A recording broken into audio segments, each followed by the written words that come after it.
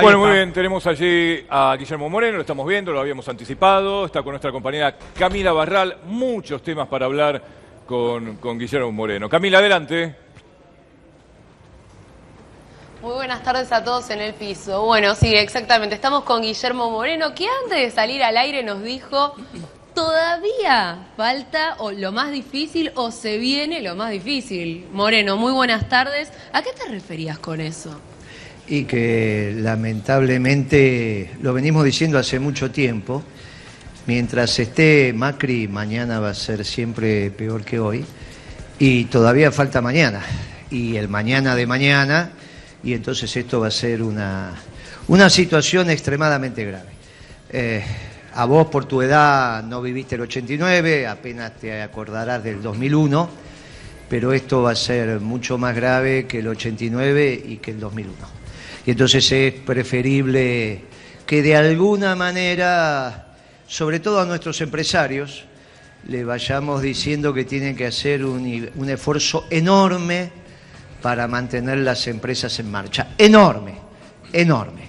En el sistema capitalista la organización de la producción las hacen los empresarios y la obligación que tienen hoy es mantener las empresas en marcha hasta que esto dé la vuelta. Obviamente las empresas con sus trabajadores, no como estábamos viendo recién, lamentablemente. Pero bueno, ese es el mensaje. Moreno los está escuchando. Guillermo, ¿qué tal? A ver, Alberto Fernández habló hace muy poquito de la necesidad, negó una reforma constitucional, pero la necesidad sí de un pacto social. ¿Sí? De un pacto social con la industria, con el campo, con los gremios, con todos, para después de octubre. Si no, no hay otra forma de salir. ¿Pensás igual? Sí, sí, de eso no hay ninguna duda. En el peronismo nosotros siempre nos hemos formado en la mancomunión entre el capital y el trabajo. Sí, en eso hay que hacer una observación. Primero se deben encontrar los equilibrios macroeconómicos. Si no tenemos un tipo de cambio cierto, si no tenemos una tasa de interés cierta, si no tenemos equilibrio fiscal, equilibrio del sector externo, va a ser muy difícil hacer una política de ingresos, que es a lo que tiende un acuerdo social. El instrumento es el correcto, pero primero tenemos que encontrar los equilibrios macroeconómicos desde el desastre que nos está dejando este gobierno, por cierto. Guillermo, usted recién hablaba del esfuerzo que van a tener los empresarios, que hacer los empresarios. Venimos de un móvil en Zanela, donde el empresariado le dice a los trabajadores que si no laburan por 2,50 mangos como están laburando, se llevan las máquinas a otra fábrica, a San Luis. Digo, usted conoce a los empresarios, ¿están dispuestos a hacer ese esfuerzo que se necesita? Yo no tengo ninguna duda. En determinados niveles, y sobre todo a esos niveles empresariales, no es por la diaria que trabajan, tienen otra vocación. Vos no te podés imaginar que empresarios del fuste como Pagani, por ejemplo, en Arcor, o los mismos dueños de Zanela, un matrimonio encantador, entre él es un suizo, se casó con una criolla nuestra, armaron una empresa desde abajo, fueron armando poniendo en distintas localidades. No creo que se las puedan llevar a San Luis, porque en San Luis los 32 que había, hoy los acaban de terminar de echar. Claro. Y en realidad están cerrando todas las plantas. Sí. Yo negocié mucho con ellos y no tengo ninguna duda que el orgullo es tener sus motos transitando por la calle. Ahora, tienen que hacer un esfuerzo para mantener la empresa en marcha. Obviamente que la tienen que hacer junto con los trabajadores. Siempre el movimiento obrero organizado está dispuesto a mantener las empresas en marcha, y lo que hay que dar es, más tarde que temprano, vuelta a la página. Por eso yo planteaba la importancia de un gobierno de transición, que teníamos que hacer los peronistas y los radicales juntos, para que no digan por ahí que los peronistas, que qué sé yo, que sé cuánto, porque es la manera de empezar a buscar estos equilibrios macroeconómicos lo más rápido posible. Sí. Pero bueno, uno propone y Dios dispone, y veremos la política que termina siendo. Guillermo, después de las PAS y viendo las diferencias, ¿creció aún más la diferencia entre Macri y Alberto? Los encuestadores que hablan conmigo me dicen que está muy parecido a cómo salió la última elección. Bueno, uno presupone que sí, presupone que debería estar creciendo las opciones opositoras, pero bueno, hay un núcleo duro del voto de Macri, sí, que lo que puede variar es un poco más, un poco menos el voto radical. El voto gorila va a estar con Macri, a eso no hay ninguna duda. ¿Fiora? Guillermo, recién dijo que hay que aguantar hasta que esto se dé vuelta, pero también dijo que la crisis actual es peor que la del 89 y que la del 2001. ¿Cómo se da vuelta esto? Bueno, por eso yo planteo un gobierno de transición que busque, por un lado, el equilibrio fiscal, por el lado de los ingresos. Acá hay un impuesto muy importante que es el derecho de exportación a la pampa húmeda, fundamentalmente en la pampa húmeda, y yo diría casi con exclusividad en la pampa húmeda, que es donde tenemos las tierras con diferencial de productividad. Creo que de ahí estamos en condiciones de sacar los 10.000, 12.000 millones de dólares que necesitamos para hacer una propuesta de pago a los inversores extranjeros privados que tienen los bonos, y que objetivamente estamos en un proceso de cesación de pagos, y que si no hacemos una propuesta de pago, en las próximas semanas van a empezar a declarar los default en cada uno de los instrumentos que no paguemos. Naturalmente eso tiene a su vez el acompañamiento de que desalineás los precios de los alimentos del precio internacional. De alguna manera mejorás el poder adquisitivo de los ingresos populares, esto es jubilaciones, pensiones, sueldos y salarios, porque proporcionalmente bajas el precio de la comida, a la inversa de lo que hizo Macri, que a los 15 días duplicó el precio de la comida y vos te quedaste sin plata, porque no podés no comprar comida, comprabas la comida y no te quedaba una moneda para hacer ninguna otra cosa. Bueno, eso hay que revertirlo. En la manera en que lo revertís, te empieza a aparecer algún peso más en el bolsillo, y eso tiene que estar acompañado por algo que hace Trump hoy, que era lo que hacíamos nosotros en el gobierno anterior, que era administrar el comercio exterior. Moreno. Esto es, miren muchachos, si hay capacidad ociosa en la industria argentina, lo que hay que hacer que esa mayor demanda vaya sobre productos argentinos. Bueno, para eso tenés que administrar el comercio. Y eso empieza a poner la marcha, el mecanismo, la rueda del mercado interno, y sobre eso empezás a construir. Moreno, usted habló de equilibrios macroeconómicos, habló del frente externo, habló de cobrar más retenciones. Hoy en el mercado se está discutiendo qué porcentaje de quita puede haber para la deuda exigible, ¿verdad? Se habla, a ver, el gobierno lanzó un proyecto sin quita, con reperfilamiento, pero hay versiones que ya dicen que los bancos mismos le están proponiendo al gobierno una pequeña quita de capital. Hoy los bonos están, no sé, con TIR de más del 50%. ¿Usted qué porcentaje cree que el gobierno que entre le va a tener que ofrecer de quita a los bonistas?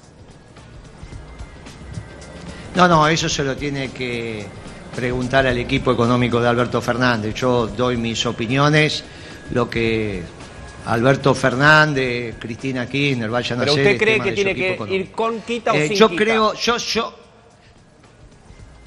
Yo en las negociaciones que he encarado en el sector privado siempre pido plazo, nunca pido quita.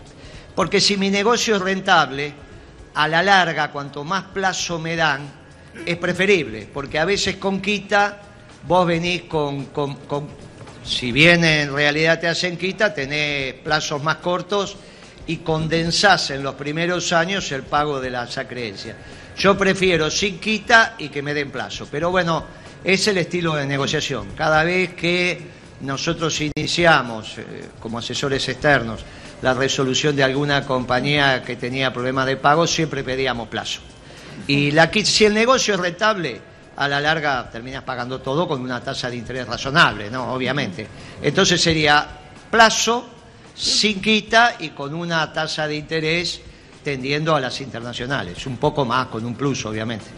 Moreno, usted desde hace mucho tiempo habla de que hubiera sido preferible un gobierno de transición. Dijo un montón de veces que le hubiera gustado Roberto Labaña, que era una persona indicada. Déjeme sumar a Eduardo Balibuca, que está acá en el piso, que es diputado y que es candidato a gobernador por consenso federal. Bali, Buca, buenas tardes, gracias por venir. Sumarlo a esta charla y preguntarle cómo ve hoy la situación del país, la emergencia sanitaria, económica y alimenticia que nos llega. ¿Cómo lo están viendo ustedes? Con mucha preocupación. La verdad que es el resultado de políticas económicas sucesivas que ha tomado Macri y que nos llevan a este resultado, que yo lo resumo como médico, no soy economista, soy médico y creo que la economía tiene un rostro humano. Se ve reflejado en el 63% de niños pobres en el conurbano. Y la verdad que eso me parece que es más que claro para decir que este gobierno ha sido un fracaso.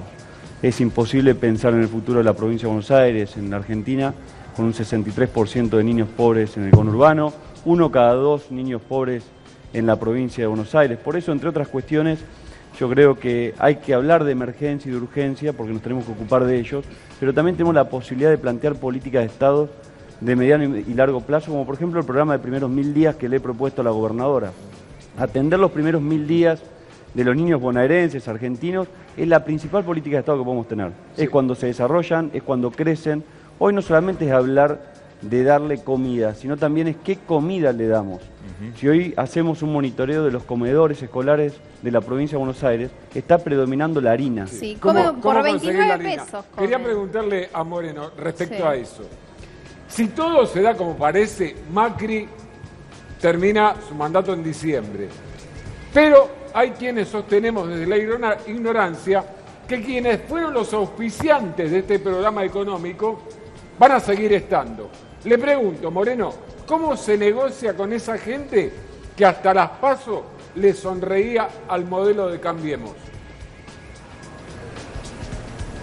Sí, lo primero saludo al candidato a gobernador. Lo único que como yo soy de los viejos dichos y el que calla otorga, yo digo que hay que tener mucho cuidado con esas estadísticas que surgen de la Universidad Católica Argentina. Lo he dicho hasta el cansancio. No tienen aptitud intelectual ni capacidad de hacer análisis de campo para decirnos que la mitad de los niños argentinos son pobres o 1/3 de los niños bonaerenses. Eso está mal. Tan mal como cuando decían que el anterior gobierno dejó 30% de pobres. No se sostiene porque si el gobierno anterior dejó 30% de pobres, ahora tendría que haber un 60 o 70% de pobreza en la Argentina y estaríamos triplicando la pobreza de Bolivia, de Paraguay. Por eso digo, en eso tengamos mucha prudencia, porque si bien hay que ser crudos en el diagnóstico de la situación macroeconómica, no tenemos que pensar ahora que nuestro país es ni inviable ni que hoy ofrece una capacidad de vida decididamente peor que la que puede estar ofreciendo Evo Morales a los bolivianos o el presidente paraguayo a los paraguayos, porque si no, habría en este momento un flujo de argentinos hacia Bolivia y hacia Paraguay que sería un flujo imposible de administrar por esos países. Entonces, se equivocó la UCA antes y se sigue equivocando ahora. Por eso no aceptó el debate cuando se lo ofrecimos. Ahora bien, pero el INDEC también eso no significa que la situación... El INDEC también mide 40% de los claro que sí, pobres. Pero el INDEC midió y como ya lo demostré, en este mismo canal, el cambio de metodología que hizo el INDEC, cuando empezó a medir la pobreza con este gobierno, hace una diferencia de más de 14 puntos con cómo se medía desde el gobierno de Alfonsín hasta que Macri lo cambió. Sí, pero, si vos cambiás la metodología, es obvio que no se puede comparar. ¿Qué significa? Que ahora se mide mal. Sí. Los gobiernos democráticos nunca cambiaron la metodología. Eduardo, la empezó Alfonsín y siguió hasta el gobierno de Cristina. Sí. Después Macri la cambió y obviamente al subir 15 puntos, ahí tenés una diferencia abismal. Siempre para tomar decisiones y para poder mejorar las circunstancias del presente, uno tiene que manejar datos y los datos que tenemos son estos. Saquemos los datos, saquemos estos porcentajes. La verdad es que hay miles de niños en la provincia de Buenos Aires que tienen no solamente pobreza, sino que tienen inseguridad alimentaria. Esto significa que pasan el día y quizás no tienen un plato de comida o al mediodía o a la noche. Y eso ya de por sí es grave. Y creo que no está todo perdido. Todo lo contrario, creo que tenemos una provincia con muchísima fortaleza en recursos humanos, en recursos materiales, en recursos industriales, para poder salir de esta situación. Ahora, claramente con las decisiones políticas que ha tomado Macri y hoy sin reconocer esta problemática, no vamos a salir Ahora, Eduardo, adelante. te quiero preguntar junto con Guillermo, ¿no? A ver, Alberto, cuando le preguntaron si hay algo que remotamente rescataría de este gobierno, dijo el INDEC. Dijo, por lo menos son números transparentes ahora y objetivos. No sé si fue una crítica a Guillermo Moreno o no, pero digo, es con lo que se quedaría. Incluso se habló de la posibilidad de continuidad de Todesca. Bueno, al frente ahí- del INDEC. No Sí. sé qué pensás. A ver, Guillermo.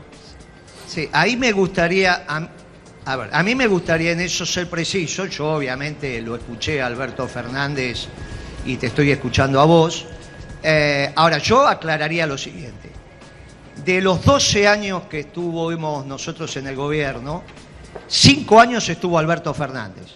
Por lo tanto, de los 12 años ya hay 5 que el INDEC anduvo bien. Porque Alberto Fernández nunca dijo que en su gestión el INDEC no estaba bien. Sí. Los últimos 2 años del INDEC estuvieron a cargo de Kicillof y de su segundo, que es Álvarez Agís. Entonces, si él considera que del año 14 y 15 el INDEC anduvieron mal, no puedo entender cómo Álvarez Agís puede ser su economista de confianza. Por lo tanto, yo entiendo que Alberto también estará diciendo que los 2 últimos años del INDEC también estuvieron bien. Sí. Con lo cual ya tenemos 7 años sobre 12 Sí. que el INDEC estuvo Sí. bien. Nos Pero quedan solo 5 Guillermo, años para analizar. Guillermo, Eso es muy simple. Se analiza, se arma un equipo de académicos, se manda a estudiar los 5 años donde tenemos dudas y vemos qué es lo que pasa. La justicia ya dijo que el INDEC trabajó de manera impecable. Bueno, muy bien.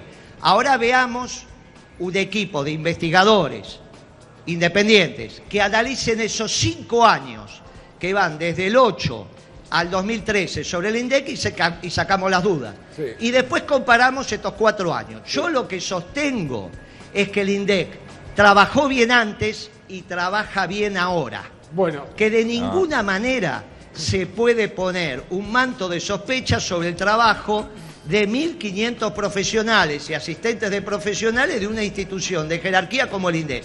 eso es Esa una... es mi posición y es muy fácil de ver. Respetable, pero insisto con la pregunta anterior para el que nos está mirando y quiere saber a qué le va a tener miedo en los días que vienen. Digo, se va Macri en diciembre, se supone. Los que auspiciaron este programa económico que era derecho laboral cero, trabajo barato, reforma previsional, van a seguir estando, están ahí.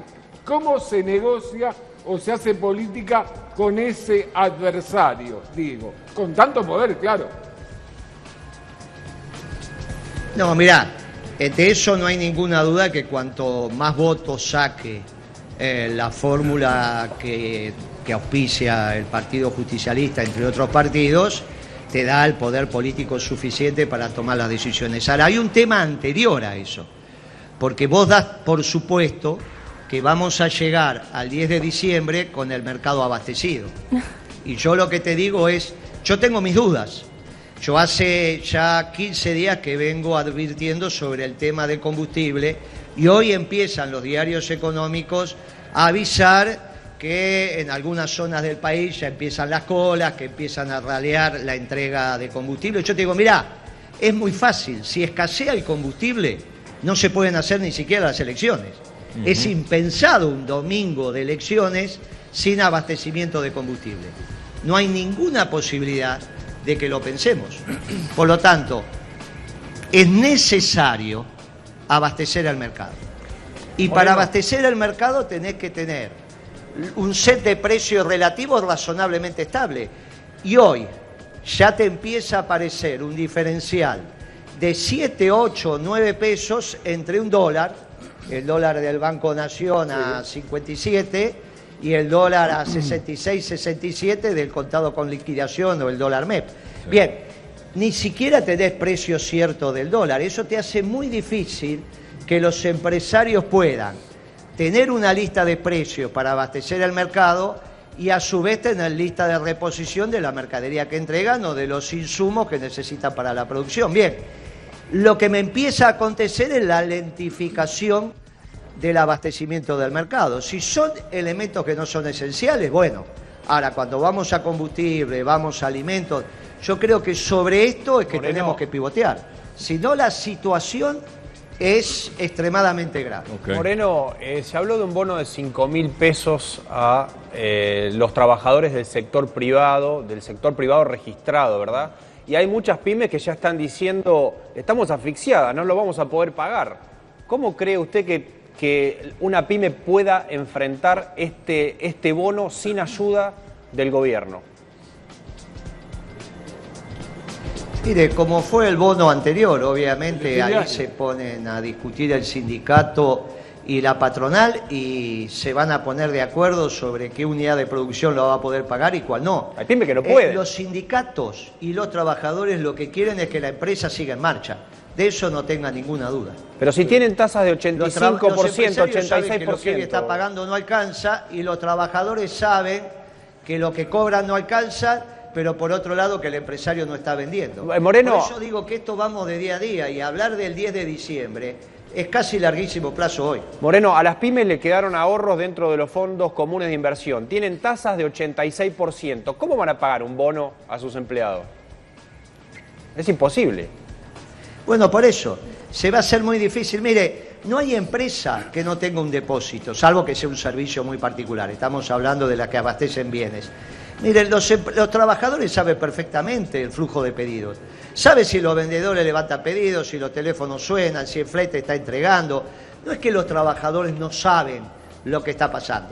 Todos los trabajadores lo saben. Entonces, cuando hacen los reclamos, los hacen de acuerdo a la lógica de mantener la empresa en marcha. Ese no es un tema que me preocupa. El gobierno negociará con la CGT un bono, negociará un quantum de ese bono, pero después se adaptará de acuerdo a los sectores y dentro de los sectores lo que cada empresa puede hacer. Bueno, está el ejemplo del bono de fin de año. ¿Cuánta gente lo cobra el bono de fin de año? Muy pocos.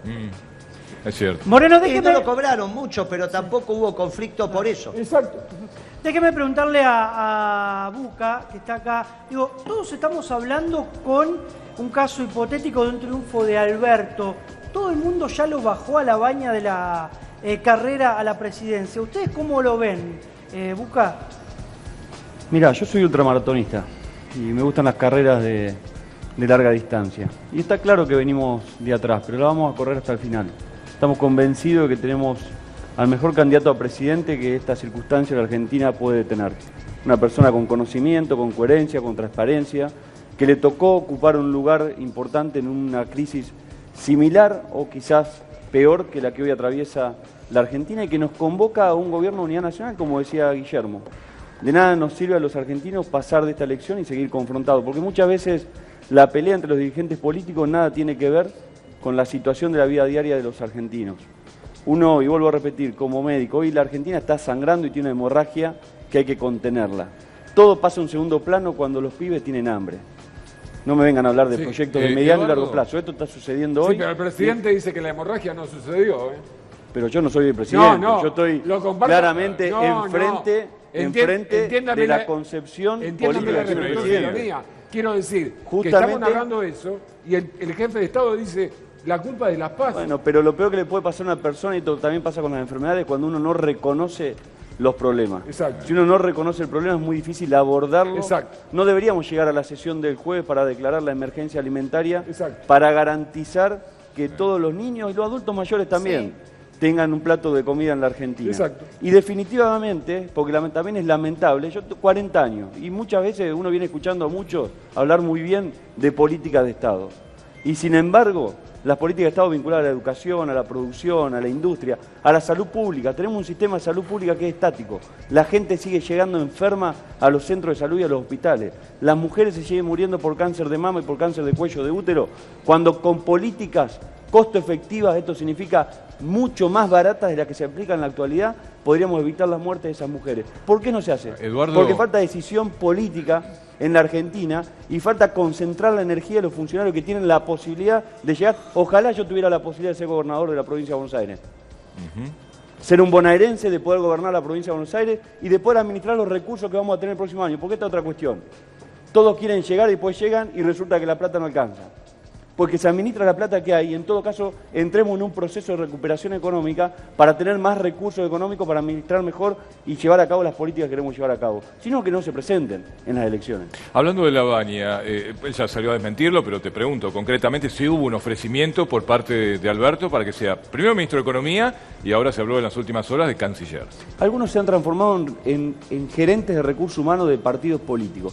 Todo lo quieren a Roberto Lavagna. Que lo voten.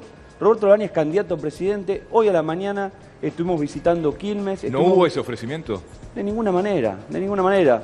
Roberto Lavagna ha tenido contacto tanto con Alberto Fernández como con el presidente Macri porque ha devuelto los llamados que le han hecho y ha hecho, de hecho, propuestas concretas. Roberto Lavagna hace 2 meses le pidió al presidente de la Nación que aproveche los buenos vínculos que tiene con el Fondo Monetario Internacional para comenzar un proceso de diálogo para poder refinanciar el acuerdo firmado, que de ninguna manera la Argentina iba a poder cumplir con ese acuerdo firmado. Y fue anticipatorio en ese sentido. Roberto Lavagna hace 15 días pidió prudencia y le dijo al presidente, deponga la candidatura, el proceso electoral y dedícase a gobernar. Y empiece a fijarse en la declaración de la emergencia alimentaria, no por una cuestión solamente del presente, sino lo que viene en los próximos días en la Argentina. Hoy no solamente son los niños quienes están en una situación de pobreza y con hambre, sino también empiezan a llegar a las escuelas los adolescentes con situación de hambre. Entonces creo que es una situación muy compleja, muy difícil y hay que aprovecharlo a Lavagna como un hombre de Estado que está para aportar. ¿Qué lo diferencia de Guillermo Moreno políticamente? ¿A mí? No sé qué me diferencia de Guillermo. Yo lo escucho y cada vez que lo veo, la verdad que me siento reflejado en un montón de cuestiones que plantea. No, como están en espacios distintos. Bueno, a ver, nosotros tenemos claramente una visión de un país que se desarrolle a partir de los grandes talentos que tenemos en la Argentina. Una de las cosas que hago toda la semana es reconocer, ir a visitar talentos jóvenes de la provincia de Buenos Aires. Hace poquitos días, por ejemplo, estuve visitando en el INTEMA, la Universidad de San Martín, acá, muy cerquita de Capital Federal, un grupo de jóvenes que han desarrollado una plantilla, y quiero contar este ejemplo, porque es el símbolo de otros tantos más que están ocultos sin alumbrar en la Argentina, de hoy, pero también de hace muchos años también. Ellos desarrollaron una plantilla que detectan el pie diabético. El 11% de la población argentina y de la provincia de Buenos Aires son diabéticos, que es una enfermedad crónica. Muchos terminan con la amputación de una pierna. Esa persona termina discapacitada y sin poder trabajar. O sea, improductiva desde el punto de vista laboral. Este grupo de jóvenes que se formó en la educación pública de la Argentina desarrolló una plantilla que hoy los están convocando a distintos lugares del mundo para que puedan implantar su planta de desarrollo justamente de este dispositivo. Que esto puede salvar vidas y además generar y crear empleo. Hoy no hay ninguna línea de crédito de acompañamiento al talento y a los científicos argentinos para que puedan promover el crecimiento económico. Esto es lo que aspiramos con Roberto Lavagna de Consenso Federal. Guillermo, hay algo que no se puede negar, que es lo que recién comentaba Eduardo. Digo, el hambre en los chicos, ¿por qué tarda tanto esta emergencia alimentaria? Mire, primero, no hay duda que Lavagna es un extraordinario candidato. Fue un extraordinario ministro de Economía del último ciclo peronista que comenzó con Rodríguez Sá y terminó con Cristina. Empezó la última semana del 2001 y terminó la primera semana de diciembre del 2015. En ese ciclo, si alguien se destacó, fue Lavagna como ministro de Economía. A mí me tocó trabajar en ese gobierno, era secretario de Comunicaciones y sé de los quilates de ese ministro de Economía, como sé también de los quilates de Amaro Boudou, que fue otro gran y extraordinario ministro de Economía. Yo, naturalmente, me hubiese gustado que estuviéramos todos juntos. Trabajé para la unidad del Partido Justicialista con todos. Lamentablemente, no sé, la metodología elegida por el presidente de mi partido, el compañero Gioja, y el apoderado Landó, no fue la mejor para que todos los peronistas estuviéramos en el mismo espacio electoral, y ahora tenemos peronistas en distintas ofertas electorales, lo cual lo lamento profundamente, porque a mí con el candidato a gobernador no me diferencia nada, tendríamos que discutir horas y horas para encontrar algo. Estoy seguro que si salimos a correr él me gana, pero si hacemos otras cosas seguramente. Entonces, esas son los matices que engrandecen al Movimiento Nacional Justicialista. Por lo tanto, quiero resaltar que no solo fue un extraordinario ministro de Economía, sino que en el caso que le toque sería un extraordinario presidente Moreno. también. Y si no, hay que hacer un esfuerzo para tratar de encontrar los mejores hombres dentro de los distintos espacios políticos y ponerlos en el próximo gobierno, porque va a ser muy difícil. En cuanto a la emergencia alimenticia, yo insisto con lo siguiente, miren, no solo es un problema de plata, es un problema de que estén los productos. El fin de semana salió una nota en los diarios de Santa Cruz donde decía: el gobierno provincial ya decretó la emergencia alimenticia, tiene el dinero, pero no tiene mercadería para comprar. Entonces, alerto con esto. Si no hay un set de precios relativos, no hay ningún incentivo para que Molino fabrique fideos. Y si Molino no fabrica fideos, más Marolio y etcétera, etcétera, tenemos un problema muy serio de abastecimiento. No demos por sentado que está la comida, de la misma manera que damos por sentado que está el agua, hasta que abrimos la canilla y no sale agua. Y ahí nos damos cuenta que hay una empresa muy compleja que agarra el agua del Río de la Plata y te la transforma para que te salga bebible en tu canilla. Y vos no te das cuenta de eso. Entonces decís, no, yo abro la canilla y siempre el agua tiene que estar. Y no, a veces abrís la canilla y el agua no sale. Yo insisto, Moreno, que vamos a un proceso donde si no ordenamos la macroeconomía, el desabastecimiento se va a dar en el mercado. Y para un pueblo urbano como el nuestro, donde todas las familias necesitan ir al mercado de verdad, no ir a la City. El mercado de verdad es cuando vas a la esquina y el almacén te vende la mercadería. Si no la tiene, no va a tener que venderte. Moreno. Entonces, y vamos a hacer ese Venezuela. Proceso. Sí. No, hay una canilla que también parece que No, peor que Venezuela. Peor que Venezuela. Peor que Venezuela. Sí, Juan. Peor. Dale, Juan. Vamos a un proceso de desabastecimiento si no emergen los precios relativos en el mercado. Si no tenemos precios ¿No es de muy acá exagerado eso, algunas Guillermo? semanas, lo que hoy estamos viendo en el combustible, lo vamos a ver en casi todos los productos. Moreno, hay una canilla que parece que también se cerró, es una canilla que está en el norte y es del Fondo Monetario Internacional. Parece que el ministro de Hacienda va a ir justamente a Washington a hablar a fines de septiembre para ver si ese desembolso de 5.400 millones finalmente llega. Más allá de que llegue o que no, ¿usted cree que ese desembolso se debería hacer al actual gobierno? ¿Va en barco?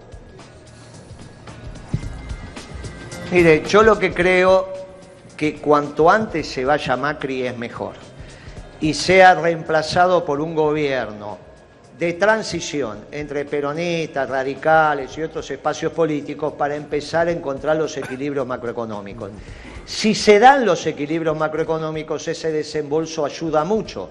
Ahora, con un déficit fiscal explosivo, que hoy es incalculable, hoy el déficit fiscal está por encima del que tenía Alfonsín cuando colapsó su gobierno. Sí, sobre todo el con cuasi un fiscal, déficit ¿no? de sector externo en términos de proporción del PBI, superior al que tenía de la Rúa cuando tuvo que renunciar.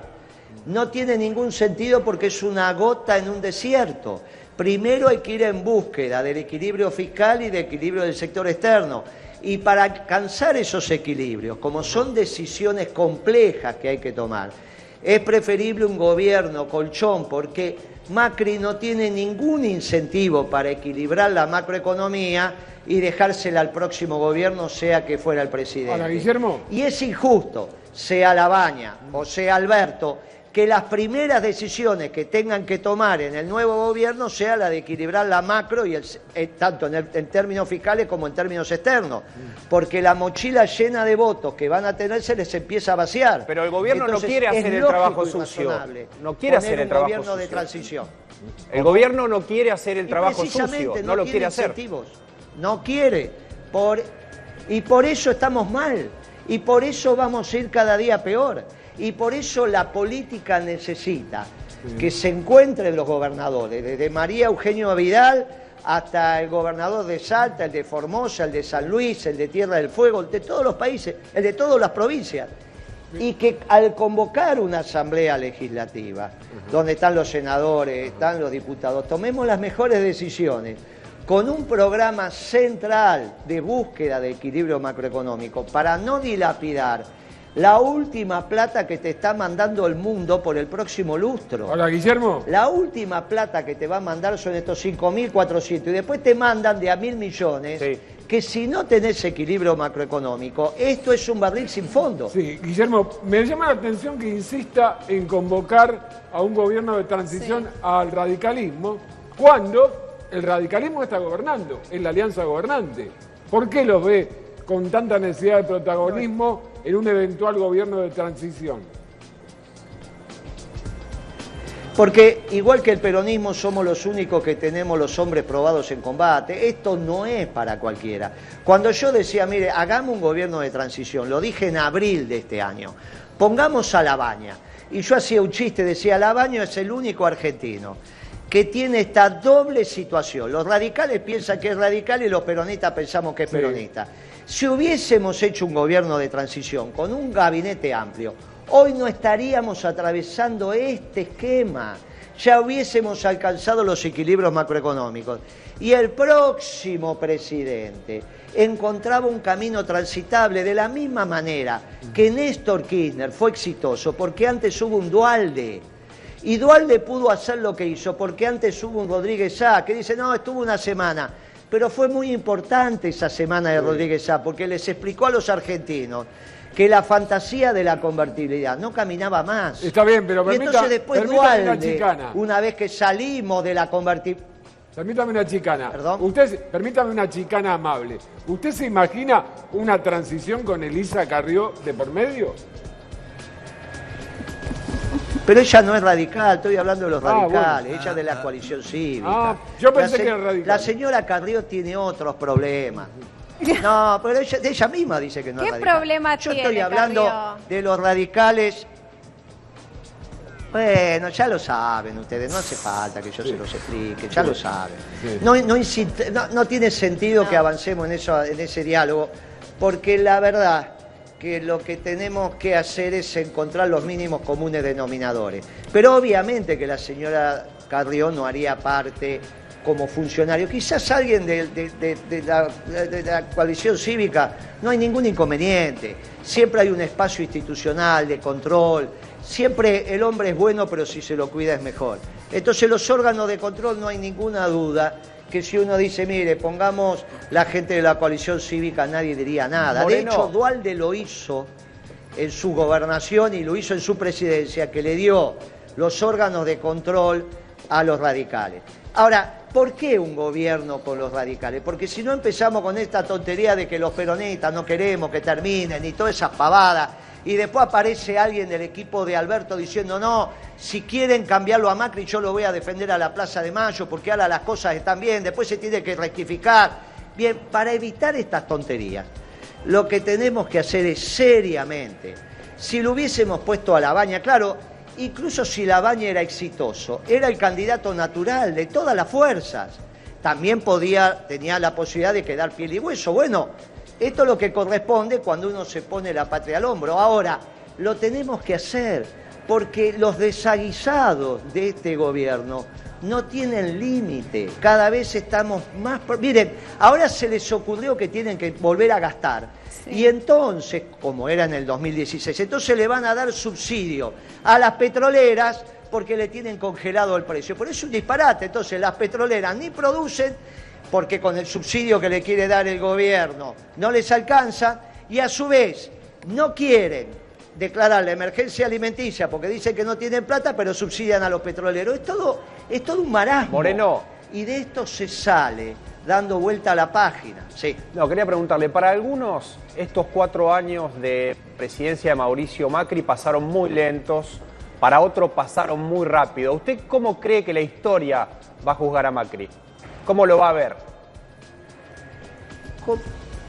Como el último gobierno oligárquico que quiso hacer la restauración de la sociedad preperonista. Un gobierno que duplica el precio de la comida a los 15 días de haber asumido, de Perón y Eva para acá, desde la revolución del 43, no se atrevió nadie. Nadie. Mire, yo tengo 50 amigos míos que me los tiraron vivos al mar.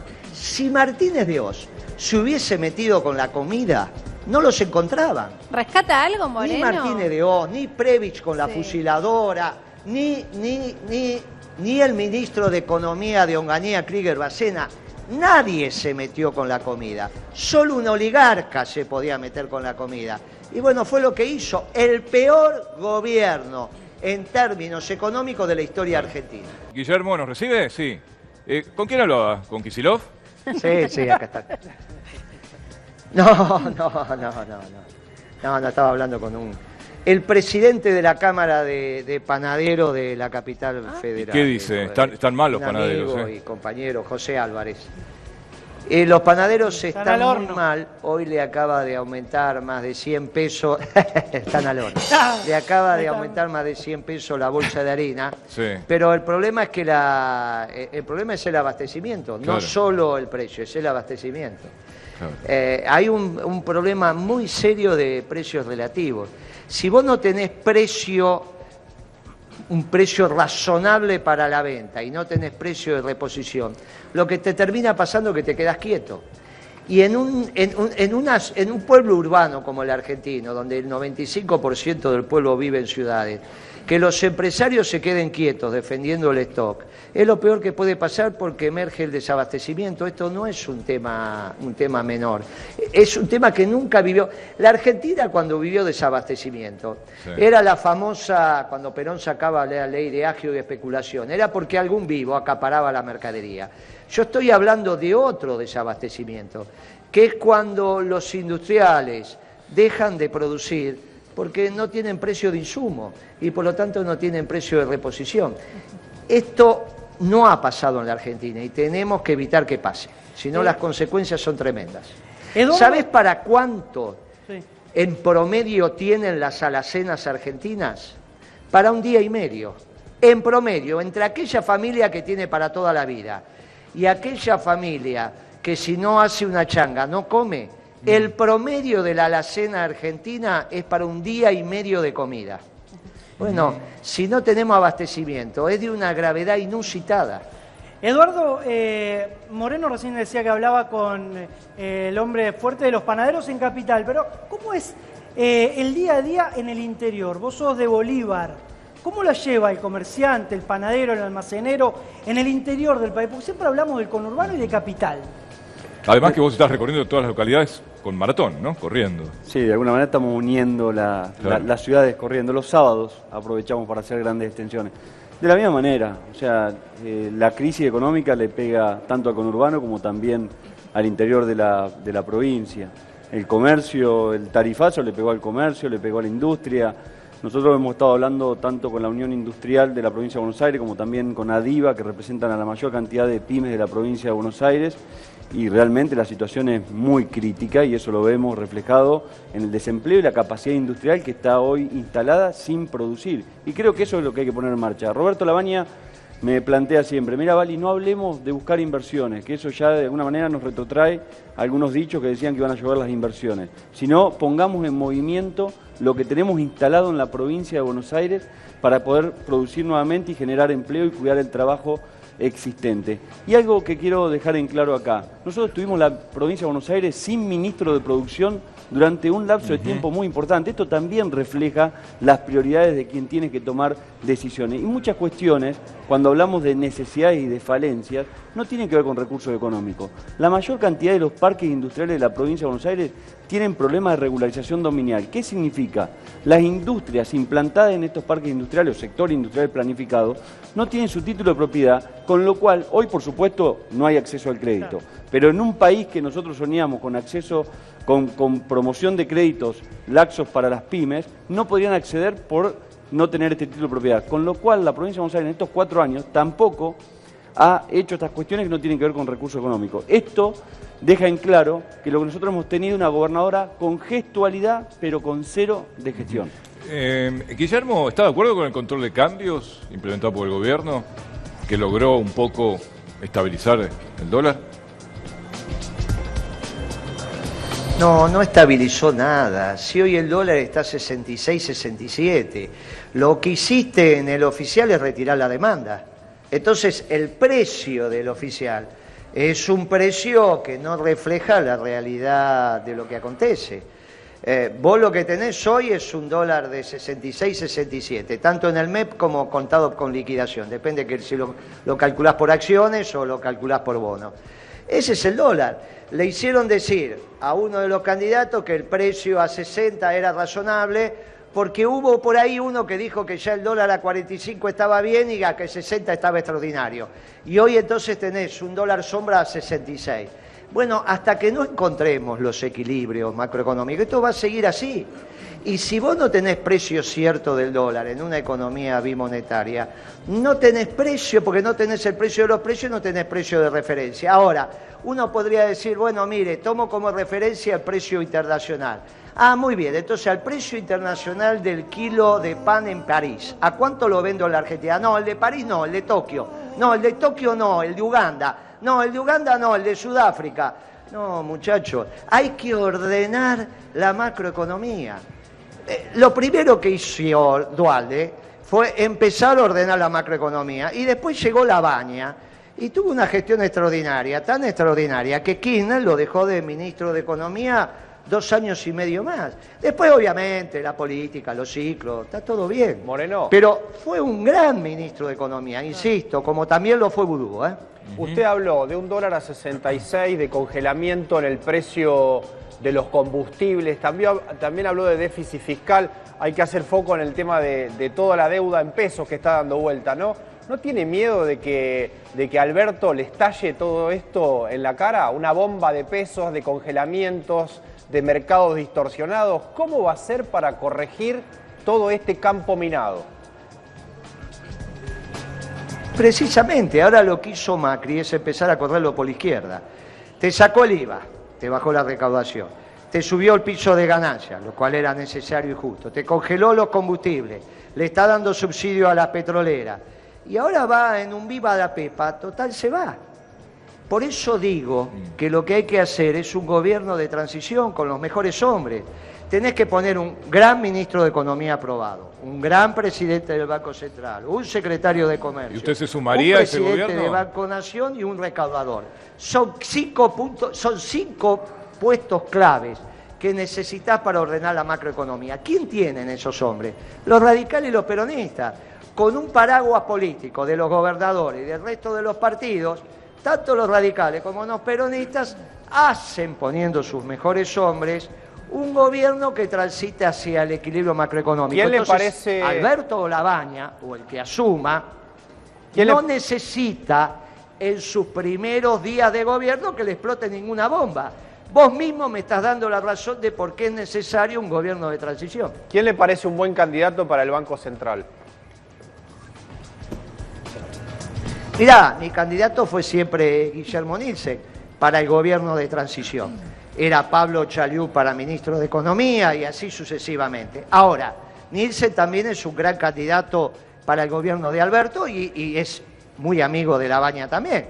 Yo creo que todo, aparte del grupo de los peronistas, la ventaja que tiene Nielsen es que el único que tiene cara de banquero. Vos lo mirá, yo presido la Comisión de Economía del partido, obviamente que ahora ya... Pero vos mirabas a todos los muchachos, eran reuniones de 40, 50 economistas del peronismo. Y todos cuando hablábamos del Banco Central lo mirábamos a Nielsen. Si es el único que tiene cara de banquero, no me vas a poner a mí en el Banco Central. Eso? No quedan dudas que Moreno Esa vota a la carita de baña. Nielsen, poné la foto ahí. Poné Bueno. la foto de Nielsen ahí y decís, este es un banquero. Ahí está. Guillermo. Ahora, no sé si es lo más divertido para un viernes a la noche, ¿eh? Eso es otra cosa, pero estamos hablando del Banco Central. Bueno, Guillermo Nielsen agradecido. Moreno, muchísimas gracias, ¿eh? Un abrazo grande.